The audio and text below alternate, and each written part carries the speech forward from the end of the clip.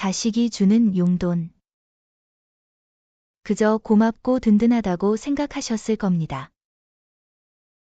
하지만 그 작은 돈이 가족 사이를 서서히 무너뜨릴 수도 있다는 사실을 아십니까?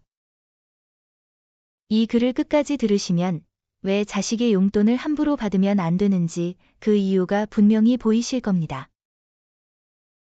처음엔 모두가 행복합니다. 자식이 결혼하고 나서도 부모를 잊지 않고 매달 용돈을 보내옵니다. 자랑스럽고 든든하지요. 그래도 우리 아들은 참 효자야. 며느리가 얼마나 괜찮은지 이런 걸 보면 알아요. 이런 말씀 주변 분들과 나누시기도 하셨을 겁니다. 하지만 그 순간에도 보이지 않는 금이 가족의 마음에 스며들고 있을지도 모릅니다. 하나. 자식 부부 사이에 갈등이 생깁니다.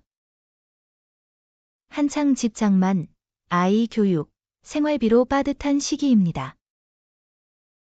이때 부모님께 드리는 용돈이 아내나 남편 입장에서 부담으로 다가올 수 있습니다. 처음엔 아무 말 없다가 결국 언쟁으로 번지고 맙니다. 왜 꼭 매달 그렇게 큰 돈을 들여야 해? 당신 부모님인데 왜 내가 눈치를 봐야 해? 이렇게 시작된 불씨가 싸움의 단골 소재가 되고 며느리와 사위의 마음은 점점 멀어집니다. 자식은 어느 편도 들 수 없어 괴로워지고 결국 부모에게도 예전 같은 마음이 줄어들게 됩니다. 둘, 부모님께 대한 고마움이 의무로 바뀝니다. 처음엔 스스로 드리던 용돈도 시간이 지나면 줘야 하는 돈이 됩니다. 명절이 다가오면 부담스럽고 카드값과 겹치는 날이면 짜증이 납니다. 예전엔 찾아뵙고 인사드릴 때 진심이 담겨 있었지만 이제는 용돈 드리는 날로만 기억됩니다. 이런 변화는 자식의 태도, 목소리, 표정에서 드러납니다. 부모님이 느끼실 수도 있습니다. 얘가 요즘엔 예전 같지 않네. 하지만 그 이유를 모른 채 오히려 상처만 깊어지십니다. 셋, 며느리와의 관계가 멀어집니다. 요즘은 며느리가 재정을 함께 관리하는 경우가 많습니다. 자식은 아무 말 없지만 며느리의 표정이 예전과 다르다면 조심하셔야 합니다. 겉으로는 아무 문제 없어 보여도 속으론 왜 저렇게까지 챙겨드려야 해?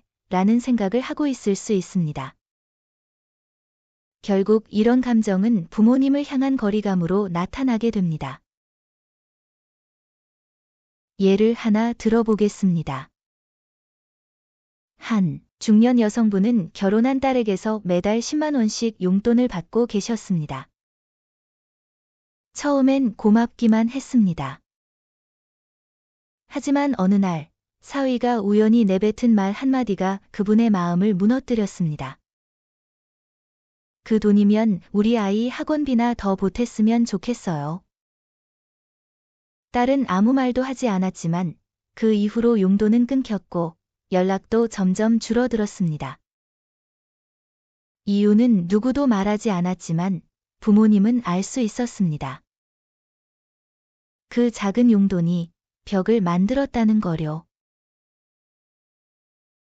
네, 그래서 결론은 간단합니다. 자식의 마음은 고맙지만 굳이 받지 않으셔도 됩니다. 자식의 삶이 자리 잡을 때까지는 마음만 받아도 충분합니다. 용돈보다 더 중요한 건 따뜻한 마음과 건강한 관계입니다. 사랑은 돈으로 증명되지 않습니다. 오히려 그 돈이 관계를 해치기도 합니다. 부모는 언제나 자식의 편이지만 자식은 또 다른 가족의 중심이 되어야 합니다.